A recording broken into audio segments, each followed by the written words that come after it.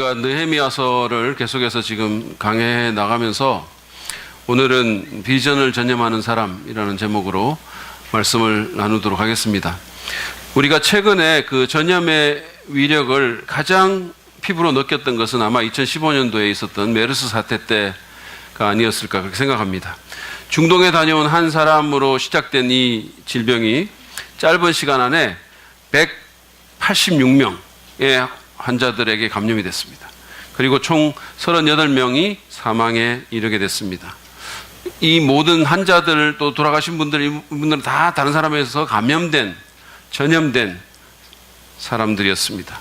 확진 판결을 받지는 않았지만 이 바이러스 때문에 격리된 사람들도 여러분들이 있었습니다.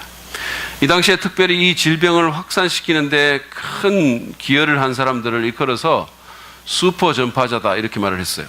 근데 이 사람들이 통계에 의하면 이 슈퍼 전파자 5명이 감염자 전체의 80%가 넘는 153명을 감염을 시켰습니다. 그 중에서 특별히 14번 환자로 이렇게 지칭된 분은 메르스 사태 동안에 삼성병원의 응급실에 사흘간 있었는데 무려 총 81명에게 메르스를 감염시켰습니다. 한 사람이 사흘 동안. 대단한 분이죠, 이분.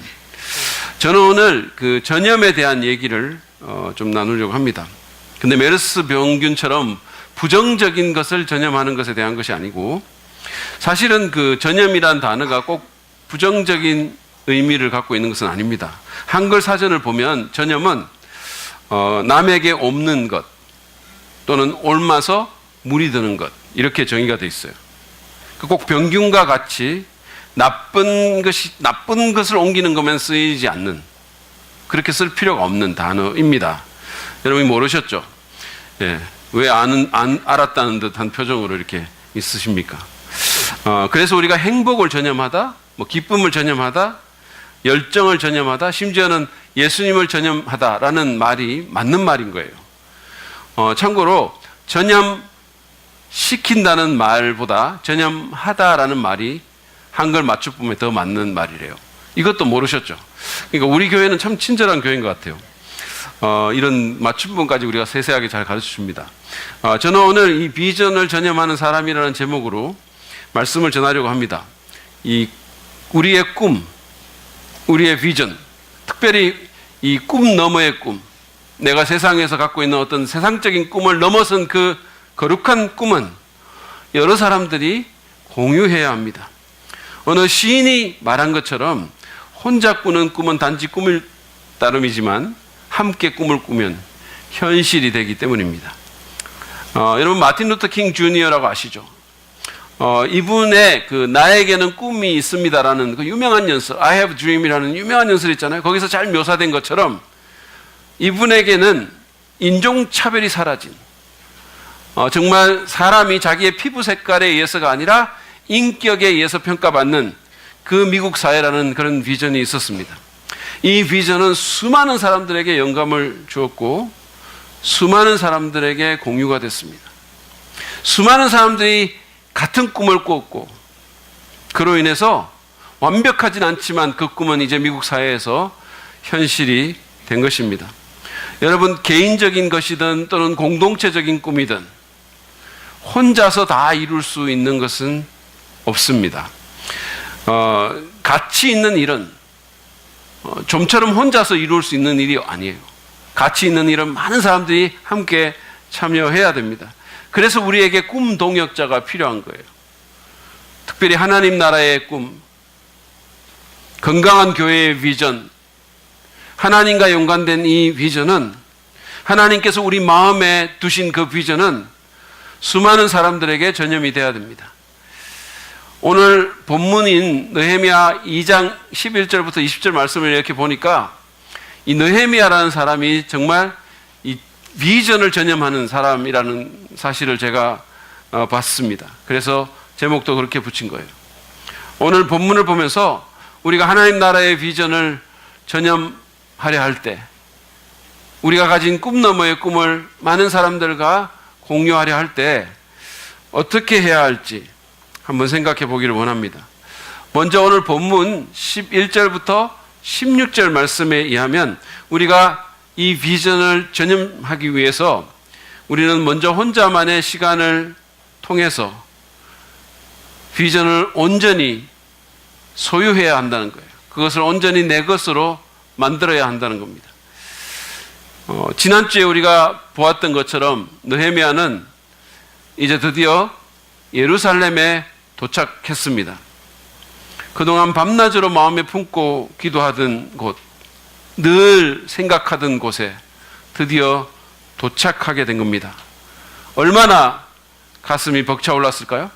얼마나 이 도시를 정말 뭔가 이렇게 세우고 싶은 마음이 들었을까요? 얼마나 일하고 싶었을까요? 저 같으면 아마 아닥사스다 왕이 준 완장을 차고 확성기로 셀프 소개를 하면서 뭐 이렇게 유력 인사들도 만나고 무슨 성벽 재건 프로젝트 뭐 이래가지고 그냥 설명회도 열고 막 그랬을 것 같은데 느헤미야는 그렇게 안 했습니다. 11절을 보시죠. 나는 예루살렘에 이르러 거기에서 사흘 동안 쉬고 나서 라고 말합니다. 느헤미야는 사흘 동안 쉬었습니다. 아무것도 안 했어요. 여러분 수산에서 이 페르시아의 그 궁궐이 있는 수산에서 예루살렘까지 1300km가 된다고 제가 지난번에 말씀을 드렸어요. 굉장히 먼 여행길입니다. 서울에서 부산까지보다 3배 이상이 더 먼 그런 거리죠. 그렇다고 요즘처럼 무슨 차가 있는 것도 아니고 길이 잘 닦여 있는 것도 아니잖아요. 최소한 2달은 걸렸을 거라고, 어떤 강의자는 3달이 걸렸을 거라고 말하는 사람도 있어요. 그 먼 힘든 여행을 이제 마친 겁니다. 그래서 그는 아무것도 하지 않았습니다. 사흘 동안. 그 기간은 새 번역이 번역한 것처럼 분명 여독에 지친 그에게 쉼을 주었을 것입니다. 여러분, 쉼이 없이 죽을판 살판 사역만 하는 것을 무조건 좋은 거라고, 신령한 거라고 그렇게 말하는 어떤 사람들이 있어요. 그런 한국 교회의 어떤 사람들이 있습니다. 그러나 사실은 그렇지 않죠. 여러분, 7일에 하루를 쉬라고 안식일을 만드신 분은 하나님이세요. 하나님이 신령하지 않아서, 하나님이 헌신이 덜 돼서 그러셨을까요? 하루를 쉬면서 자기를 돌보라는 거예요. 그래야 비전이 더 활기차게 진행될 수가 있는 것입니다. 거기다가 우리가 적절한 쉼을 갖지 않을 때 우리는 소진되고, 우리는 성마르게 되고, 우리는 분별력을 잃어버리고 비전에 대한 열정도 잃게 됩니다. 굉장히 위험한 상태에 처하게 됩니다. 그래서 느헤미야가 3일간 쉬었어요. 그런데 그 쉰다는 게 그냥 소파에 뒹굴면서 쌍리모컨 들고 아침부터 밤까지 텔레비전 계속 보는 그런 쉼이 아니었다는 거예요. 또는 무슨 SNS 계속 들여다보고 뭐 글 올리고 그런 방식으로 쉬는 게 아닙니다. 그는 사흘 동안 아마도 하나님과 교통하며 몸뿐만 아니라 영혼의 쉼도 경험하며 하나님의 그 은혜 가운데서 자신의 비전을 새롭게 확인하고 그가 이제 앞으로 해야 할 일들에 대해서 생각하며 하나님의 인도하심을 구했을 것입니다. 그는 자기에게 주신 하나님의 비전을 12절에서 이렇게 표현합니다. 하나님이 나의 마음을 움직이셔서 예루살렘에서 일하도록 하신 것이라고 표현했어요. 자, 이제 그가 예루살렘에 도착을 했고 이제 하나님께서 자기 마음에 두신 그것을 어떻게 해나갈 수 있을지 아마 생각하면서 그 비전이 그 마음에서 점점 커져가는 것을 느꼈을 것입니다.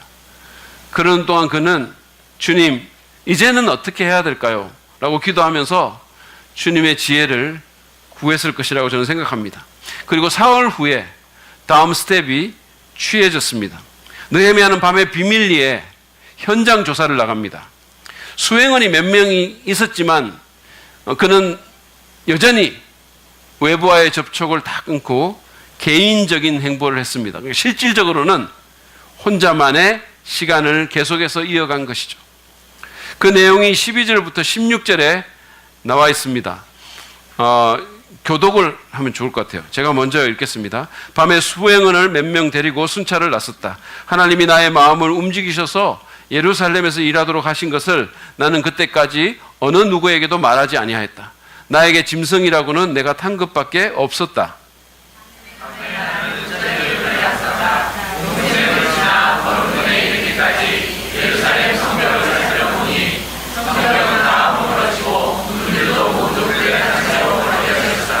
샘문과 왕의 연못에 이르렀을 때에는 내가 탄 짐승이 더 나아갈 길이 없었다.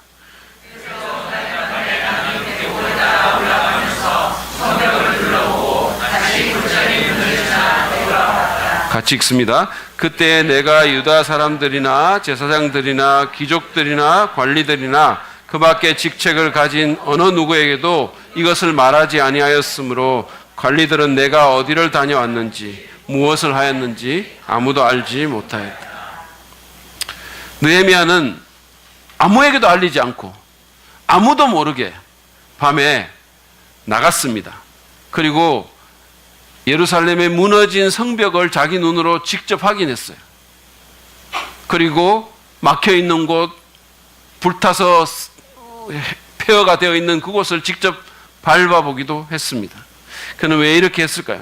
그것은 백성들과 이 성벽 재건의 비전을 나누기에 앞서서 자신의 눈으로 상황을 직접 확인하기 원했던 것입니다.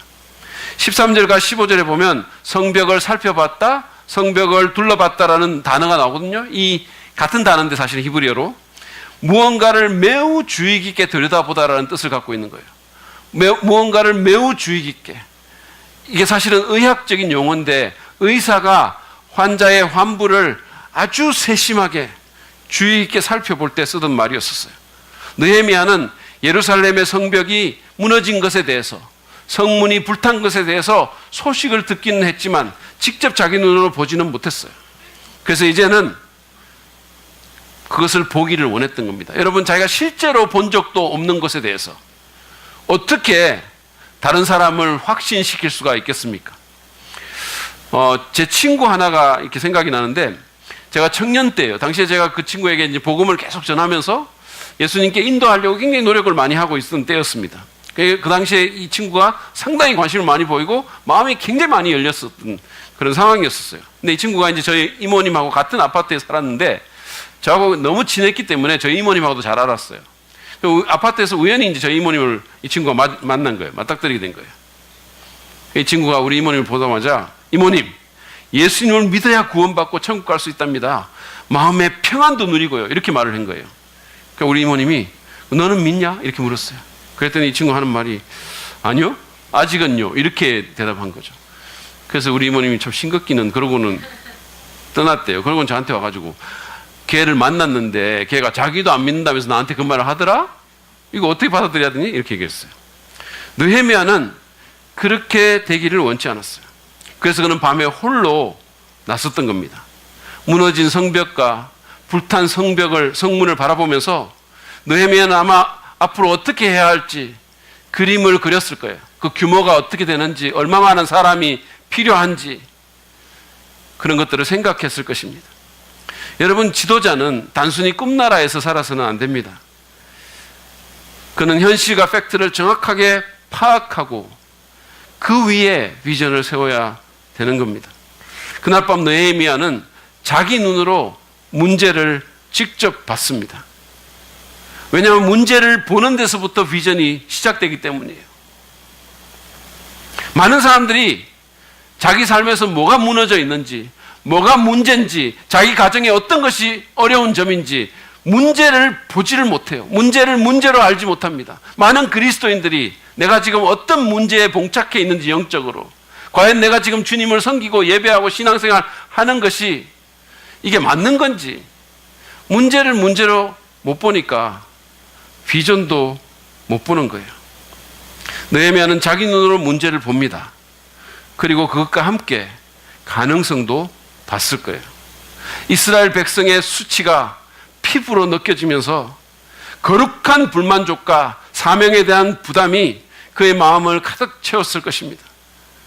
그런 과정을 통해서 성전 비전의 건축의 비전이 더욱더 분명해졌고 그 비전을 이루고자 하는 열정은 더욱더 뜨거워졌을 것입니다. 뿐만 아니라 그것을 어떻게 해야 할지에 대한 마스터 플랜과 전략도 세워지게 됐을 것입니다. 여러분 비전을 전념하기를 원하세요? 여러분의 거룩한 꿈에 다른 사람들을 끌어들이기를 원하십니까? 꿈의 동역자를 만들기를 원하세요? 그렇다면 섣불리 마치 설익은 무슨 과일처럼 마치 공상과 같은 그런 얘기를 너무 쉽게 퍼뜨리지 말고 혼자만의 시간을 통해서 하나님께서 주시는 비전을 확인하고 그것을 분명히 하시길 바랍니다. 그것이 여러분의 가정에 대한 비전이든 목장에 대한 비전이든 부서에 대한 비전이든 아니면 사업을 통한 하나님 나라의 비전이든 그것이 무엇이든 필요한 조사와 공부를 통해서 현실과 팩트를 파악하고 어떻게 이 비전을 실현할 수 있을지 전략을 세우시기 바랍니다. 여러분 전략이 없는 비전은 비전이 아니에요. 그것은 그냥 백일몽에 불과합니다. 여러분에게 비전이 있으세요? 여러분에게 꿈 너머의 꿈이 있으십니까? 거룩한 하나님 나라의 꿈. 내 인생을 한번 정말 걸어도 좋을 만한 그런 것이 있습니까? 윌러크릭 교회를 세운 빌 하이블스 목사님은 원래는 그 아버지의 사업을 물려받아가지고 그렇게 살아갈 생각을 했어요. 그러니까 뭐 이게 인생이 그냥 정해진 거니까 아버지가 굉장히 부자고 사업가예요. 근데 뭐 그러니까 사실은 삶 자체에 대해서 진지하게 생각도 안 한 거죠. 왜냐하면 이미 다 그냥 그러려니 생각한 거예요. 근데 그의 친구 중에 한 사람이 그에게 와서 계속해서 빌, 너는 어떻게 살 거야? 네 인생을 갖고 뭐를 할 거야? 계속 물은 거예요. 계속해서. 괴롭힌 거죠, 한마디로 말하면. 처음에는 별로 이렇게 그 신경 안 썼는데 그 후에 하나님께서 사실은 주신 것 같아요. 제가 볼 때는. 여러 가지 사건을 통해서 그 질문이 결국은 이 빌 하이볼스의 주의를 끌었습니다. 그리고 그는 자신의 방에서 어느 날 하나님께 무릎을 꿇었어요. 하나님, 제가 무엇을 하기를 원하십니까? 지금 제가 사는 이런 삶보다는 더 많은 것이 제 인생에 반드시 있어야 할 것 같습니다. 그게 뭡니까? 하나님, 제가 뭐를 하며 살기를 원하십니까? 그렇게 하나님께 나갔던 거예요. 그는 혼자만의 시간을 통해서 그리고 성경적 공동체에 대한 어떤 갈망과 개인적인 공부와 전통교회에 대한 그런 부정적인 경험을 통해서 그의 마음속에서 뭔가가 하나 형성되기가 시작했어요. 그의 눈에 뭔가가 보이기 시작한 겁니다. 그것은 세상의 희망이 되는 새로운 모습의 사도행전적인 교회를 세워야 되겠다. 그 일에 내 인생을 바쳐야 되겠다라는 그런 것이었습니다. 그런 혼자만의 시간을 통해서 그의 비전은 점점 더 분명해 갔습니다. 견딜 수 없게 된 겁니다. 느헤미야처럼 빌 하이블스처럼 여러분 생각하고 기도하고 사실을 조사하고 하나님이 마음에 주신 것에 대해서 그림을 그리고 전략을 세우십시오. 그렇게 혼자만의 시간을 통해서 이 비전을 온전히 자신의 것으로 소화하고 그것에 대한 열정의 온도를 계속해서 높여 나가야 합니다.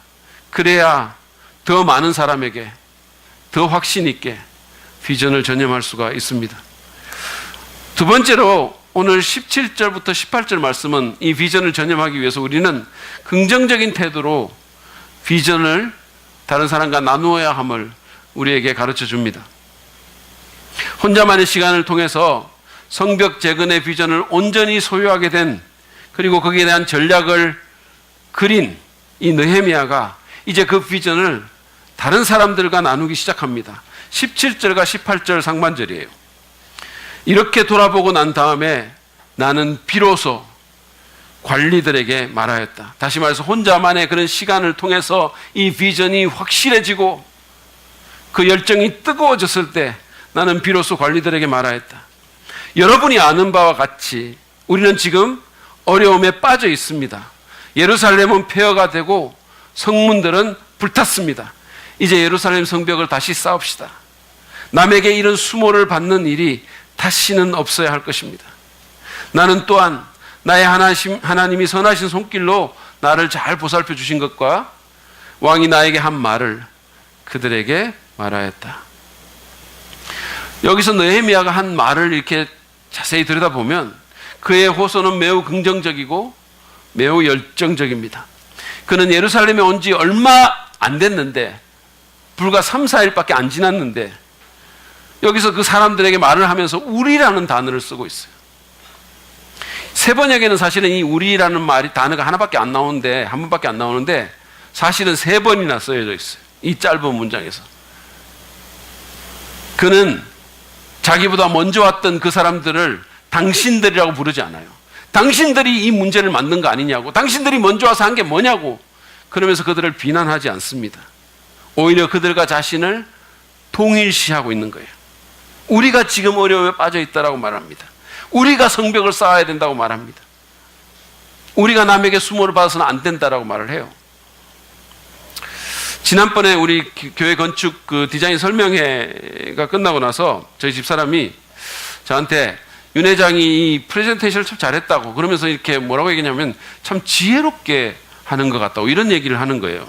그러면서 그 한 가지 예로 든 것이 뭐냐면 계속해서 우리 교회라는 표현을 썼다는 거예요. 우리 교인도 아니면서 계속해서 우리 교회는 우리 교회라고 제가 얘기할까요? 우리 교회라는 말을 계속했어요. 그래서 그게 너무 좋다고 말을 했어요. 동질감을 느끼게 한 거예요. 저는 신학교에서 우리 신학생들에게 어떤 교회에 부임을 하게 되면, 사실은 뭐 우리 사역자들은 하나님의 그 옮겨주심 따라 이렇게 이곳저곳 옮겨갈 수 있잖아요. 그렇죠? 뭐 이렇게 여러분처럼 계속해서 한 교회를 섬기는 축복을 우리가 잘 못 가질 수도 있어요. 우리는 참 불행한 사람들입니다. 그래서 이렇게 옮겨 다닐 수 있는데, 어쨌든 그런 과정 가운데서 제가 그런 얘기를 해요. 옮겨가면 이 교회라는 말을 쓰지 말고 우리 교회라는 말을 쓰도록 노력하라고, 그렇게 조언을 해요.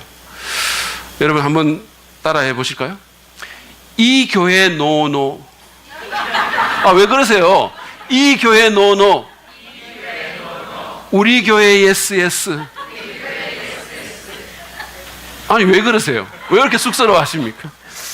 저도 사실 좀 쑥스러운데요. 아니 지난번 금요일 날 우리 지금 윤석훈 목사님이 설교할 때 샬롬 이거 따라하라고 그래서 저는 진짜 죽는 줄 알았어요. 저는 그거보다 훨씬 낫잖아요. 이 교회라고 말하기보다, 특별히 우리 교회 성도님들 이 교회라고 말하지 말고 우리 교회라고 쓰세요. 느헤미야는 그것을 우리에게 가르쳐 줬어요. 느헤미야는 그렇게 지혜롭게 말했어요. 아주 긍정적으로 말했어요. 뿐만 아니라 그는 문제보다 하나님의 크심과 선하심에 초점을 맞추며 말을 합니다. 물론 문제를 무시하지 않았어요. 그는 현실을 직시하고 자신들이 어려움에 빠져 있고 예루살렘 성벽이 무너졌고 예루살렘은 폐허가 됐고 성문은 불타있다라는 말을 했습니다. 왜냐하면 문제를 알아야 해결책에 대한 그림이 그려질 거 아닙니까? 그럼에도 그는 그 문제에 집중하기보다 하나님이 어떻게 일을 하셨고 그 당시에 최고의 권력자였던 아닥사스다 왕을 하나님께서 어떤 식으로 움직여서 어떻게 일이 진행되고 있는가에 대해서 언급함으로써 사람들이 문제보다 더 크신 하나님을 바라보도록 돕고 있는 거예요. 뿐만 아니라 그는 우리가 남에게 이런 수모를 받는 일이 다시는 없어야 할 것입니다 라는 말을 통해서 하나님 백성의 자존심에 호소하고 있는 거예요. 사실은 문제를 문제인지조차 인식하지 못하고 그냥 살아가고 있는 그들에게 이래서는 안 된다고 그들의 영적 자존심에 호소를 하는 거예요. 이거는 받아들일 수 없어. 이렇게 살아서는 안 돼. 이건 정상이 아니야. 교회가 이 상태로 있어서는 곤란해. 하나님의 백성들이 이런 식으로 살아서는 안 돼. 이런 마음을 갖고 세상에 나가서는 안 돼. 그의 말을 듣자 패배와 수치에 익숙해져 있던 백성들의 마음속에서 무언가 뜨거운 것이 끓어오르기 시작했어요. 여러분 자신 한번 살펴보세요. 저도 제 자신을 살펴보면서 나도 모르는 사이에 있어서는 안 되는 이 패배의 자리에 계속해서 있으면서 어떠한 문제도 느끼지 못하고 그냥 마치 그게 당연한 것처럼 혹시 그렇게 살아가고 있지는 않은지 한번 생각해 보시기 바랍니다. 느헤미야는 그래서는 안 된다고, 거기 계속 있어서는 안 된다고, 그것은 우리에게 맞지 않는 일이라고 그들의 자존심에 호소하며 다른 그림을 그리도록 유도합니다. 그래서 그들이 느헤미야의 비전에 전념이 돼서 자리에서 일어났어요. 18절 하반절입니다. 같이 한번 읽어보죠. 시작. 그랬더니 그들은 공사를 시작하겠다고 나에게 다짐하며 말하였다. 가야 돼, 가야 돼, 영미. 이거는요, 컬링 버전이에요. 팀 킴 버전입니다. 새 번역이 이렇게 돼 있어요. 다시 읽겠습니다. 시작. 그랬더니 그들은 공사를 시작하겠다고 나에게 다짐하였고 힘을 내어 기꺼이 그 보람 있는 일을 시작하였다. 그러니까 그 말이 그 말이죠. 가야 돼, 가야 돼. 이제는 일어나서 뭔가를 해야 되겠다는 거예요. 그동안은 이 패배의 상황에 너무 익숙해져 있던 그 사람들이, 하나님 백성이 이런 수치를 받으면서도 그게 아무렇지도 않은 듯이 계속해서 살아가고 있던 그들이 문제를 문제로 인식하기 시작합니다. 그래서 그 자리에서 일어나서 이제는 공사를 같이 하겠다고, 이제는 하나님 백성의 자존심을 지키겠다고, 이제는 그 꿈에 동참하겠다고, 이제는 하나님 주신 비전을 같이 이루어 보겠다고. 비전이 전염되었고 동역자들이 일어나게 된 것입니다. 긍정적이고 열정적으로 이 비전을 나누는 것은 비전의 전염에 매우 중요합니다. 스티브 잡스 아시죠? 이 사람은 그 당시에 마케팅의 천재라는 별명을 갖고 있던 펩시콜라의 사장, 젊은 사장 존 스컬리를 찾아가서 애플의 비전에 대해서 설명을 하고 그 사람을 애플 회사의 CEO로 영입을 하기를 원했어요. 계속해서 막 설득을 하는데 잘 설득이 안 되는 거예요. 이 사람은 사실은 펩시콜라에서 남부러울 것이 없고 계속해서 승진해서 성공의 가도를 달리고 있는데 뭐 이게 왜 귀를 기울이겠어요? 설득해도 별로 이렇게 관심을 두지 않는 거예요. 그래서 스티브 잡스가 마지막 이 말을 했어요. 설탕물이나 팔면서 남은 인생을 낭비하고 싶습니까? 아니면 나와 함께 세상을 바꿔보고 싶습니까? 이 말 한마디가 존 스컬리를 애플맨으로, 잡스의 동역자로 바꿔놓은 거예요.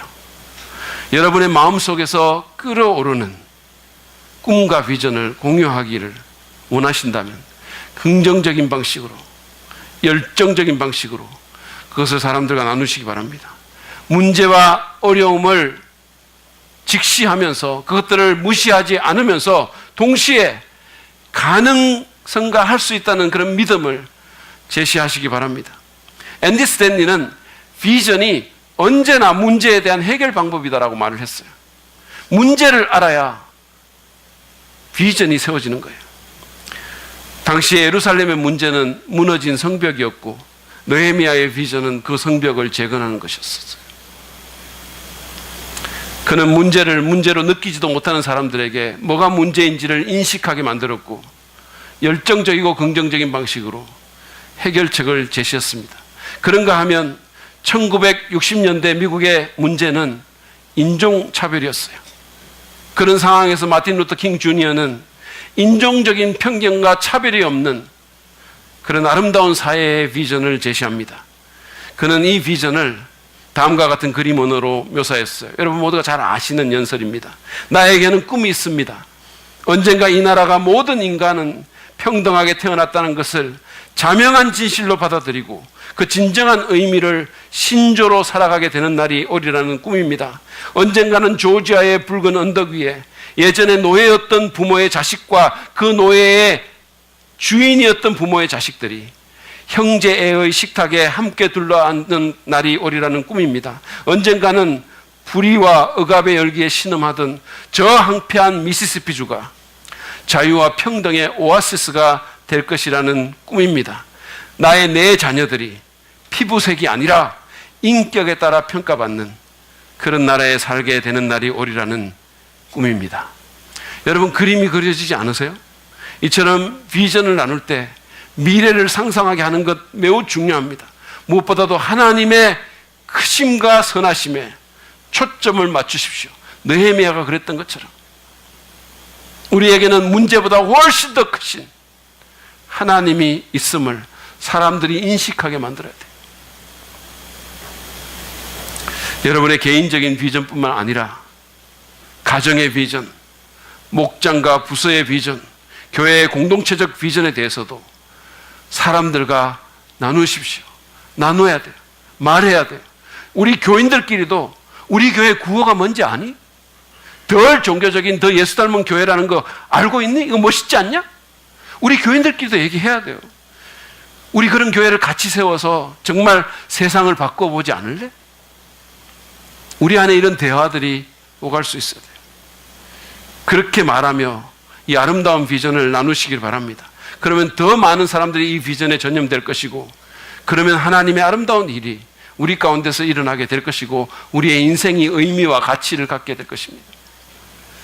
마지막으로 19절부터 20절 말씀은 이 비전을 전념시키기 위해 우리는 반대에 주저앉지 말고, 장애물에 넘어지지 말고 지혜와 용기로서 대처해야 함을 가르쳐 줍니다. 제가 지난주에 꿈 너머의 꿈을 준비하는 과정에 대해서 말씀을 드렸는데, 그때 이미 준비할 때부터 반대를 예상하라는 그런 말씀을 드렸지 않습니까? 오늘 우리는 그 반대가 어떻게 작동하는지를 이제 보게 되는 거예요. 느헤미야가 비전을 나누자마자 반대가 바로 들어왔어요. 19절입니다. 그러나 이 일이 호른 사람 산발락과 종노릇을 하던 암못 사람 도비아와 아랍 사람 게셈에게 알려지니 그들은 우리에게로 와서 당신들은 지금 무슨 일을 하고 있는 거요? 왕에게 반역이라도 하겠다는 것이요? 하면서 우리를 업신여기고 비웃었다. 지난주가 기억나실지 모르겠지만 10절에서는요, 반대자가 산발락과 도비아 두 사람밖에 없었어요. 근데 여기서는 아랍 사람 게셈이라는 사람이 추가돼서 세 사람이 됐습니다. 하나님의 역사가 진척될수록 반대도 늘어난다는 사실을 볼 수 있어요. 여러분 그 말 아시죠? 교회가 부흥되면 마귀도 부흥회를 연다고. 지금 본문의 상황이 꼭 그렇습니다. 이 세 반대자들의 전략은 업신여김과 비웃음이에요. 조롱하는 겁니다. 비웃는 거예요. 업신여기는 거예요. 무언가 새롭고 모험적인 일을 하는 개척자들은 늘 비웃음을 당했어요. 그것이 개척자들의 어떤 숙명 같은 거예요. 제가 다락신학대학원을 다닐 때 총장을 역임하셨던 도널드 캠벌 박사님은 이런 얘기를 했습니다. 들어보세요.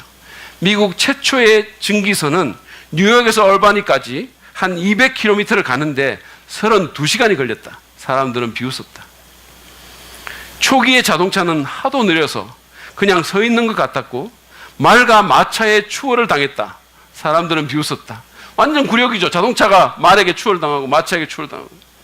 최초의 전구는 너무 어두워서 사람들은 가스램프를 사용해서 그것을 봐야 했다. 그들은 비웃었다. 첫 번째 비행기는 이륙한 지 59초 만에 내려왔다. 사람들은 비웃었다. 누군가가 여러분을 업신여기고 비웃으면 여러분 어떻게 반응하십니까? 버스 기사하고 승객 사이에 다툼이 났어요. 말이 왔다 갔다 하다가 승객이 이 기사를 조롱하면서 이렇게 말합니다. 한심한 놈, 평생 버스나 몰며 살아라. 그러니까 기사가 승객에게 이렇게 대답했어요. 그래 인간아, 너는 평생 버스나 타고 다녀라. 여러분은 어떻게 반응하십니까? 어떤 사람은 같이 싸우고 어떤 사람은 주눅이 듭니다.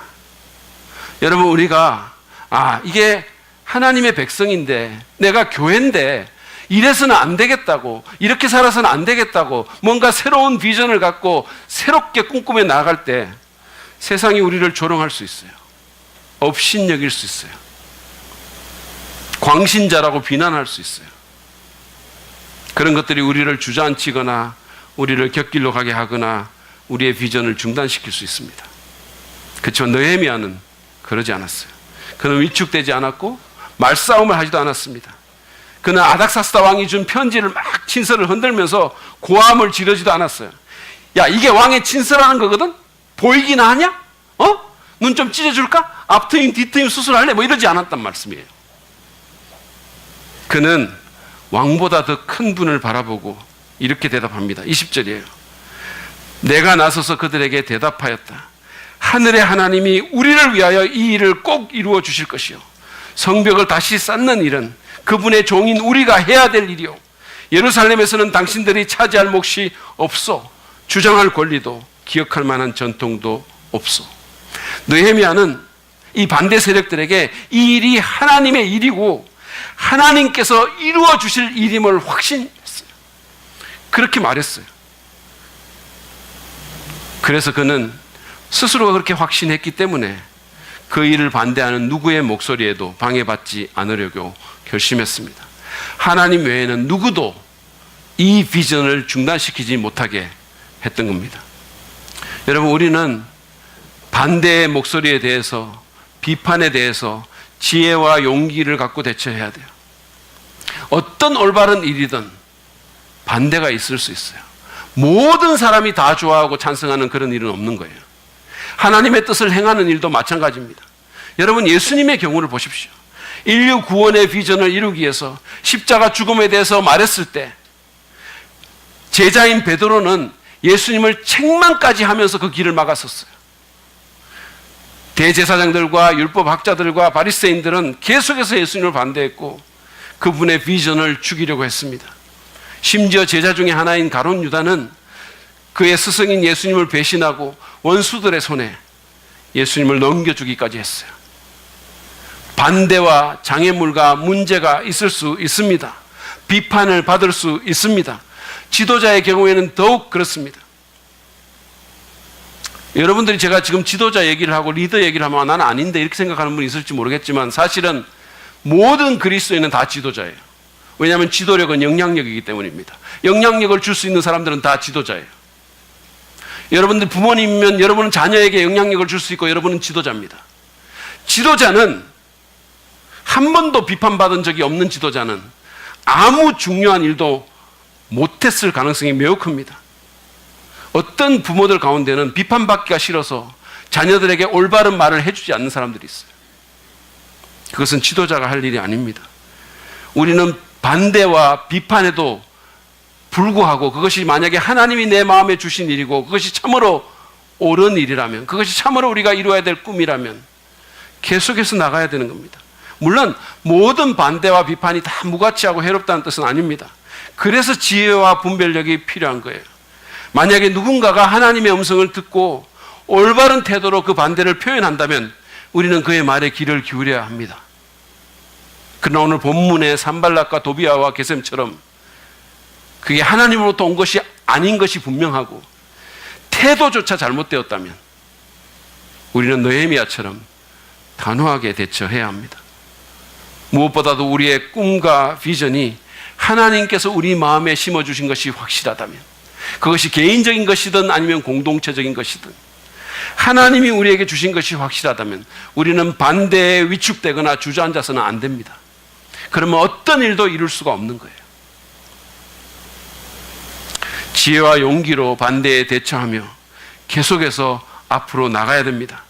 그럴 때 비전은 더 많은 사람들에게 전염이 되고 하나님의 대역사가 우리 가운데서 이루어지는 축복이 우리 가운데 있을 것입니다. 우리는 오늘 비전을 전념하는 사람이란 제목으로 느헤미야 2장을 살펴봤습니다. 근데 느헤미야뿐만 아니라 우리 주 예수 그리스도도 그렇게 비전을 전념하는 분이셨어요.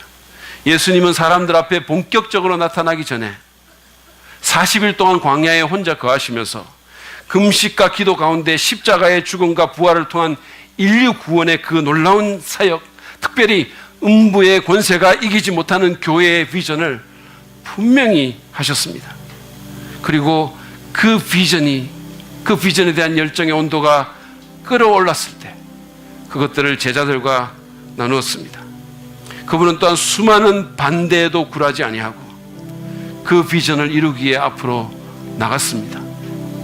십자가에게까지, 죽음까지, 무덤까지. 그래서 지금 모든 민족과 종족과 백성과 언어에서 나온 사람들이 구원을 받고 그 사람들의 인생이 변화되고, 그래서 전 세계에 하나님의 교회가 세워지고 하나님의 일들이, 하나님 나라의 일들이 아름답게 진행되는 정말 꿈 같은 일들이 이루어지고 있는 것입니다. 여러분, 우리도 하나님 나라의 거룩한 비전을 전염시키는 사람이 됩시다. 무엇보다도 하나님께서 우리 교회에 주신 그 공동체적인 비전, 덜 종교적인, 더 예수 닮은 교회, 비그리스도인들에게 민감한 교회, 특별히 우리의 주보에 새겨놓은 그 비전, 하나님과 세상과 서로에게 마음을 열고 다가감으로써 의와 평화와 기쁨의 하나님 나라를 이 땅에 실현하는, 우리 가운데 구현하는 하늘빛 예수 공동체의 이 아름다운 비전을 먼저 내 것으로 만들고 더 나아가 다른 사람들에게 나누고 그것을 이루기 위해 앞으로 나아가기를 바랍니다. 비록 반대와 장애물이 있을지라도 이 일을 이루실 하나님을 바라보고 전진해 나갑시다. 여러분, 건강한 교회, 아름다운 교회, 하나님이 일하시는 하나님 나라를 확산시키는 그 교회의 꿈만큼, 그 비전만큼 우리 인생에 의미를 주는 것이 없습니다. 왜냐하면 지역교회야말로 빌 하이벌스가 말한 것처럼 지역교회야말로 세상의 진정한 희망이기 때문입니다. 왜냐하면 교회가 교회다울 때 세상의 그 어떤 것도 교회를 대체할 수 없기 때문입니다. 그 일을 이루는 일에 함께하지 않겠습니까? 나아가지 않겠습니까? 그리고 이 비전의 가시적인 측면인 교회 건축의 일도 동일한 스텝으로 이루어 나가지 않겠습니까? 여러분, 오늘 제가 주보에 칼럼에 실어놓은 이매진이라는 그 칼럼을 한번 읽어보십시오. 그리고 같이 꿈꾸기를 바랍니다. 무형적이든 유형적이든 독특하고 아름답고 건강하고 영광스러운 교회를 이루는 꿈을 하나님께서 우리 가운데 이루어 주실 것입니다. 이 위대한 비전에 우리가 먼저 전염되고 더 많은 사람들을 전염함으로써 이 세상을 변화시키고 하나님을 기쁘시게 하고 우리 가운데 기쁨이 넘치고 우리의 인생이 의미와 가치로 가득 차게 되는 그런 귀한 축복이 저와 여러분 가운데 있기를 간절히 바랍니다. 우리 이 시간에 오늘 말씀을 또한 기억하며 함께 주님 앞에 나아갑니다.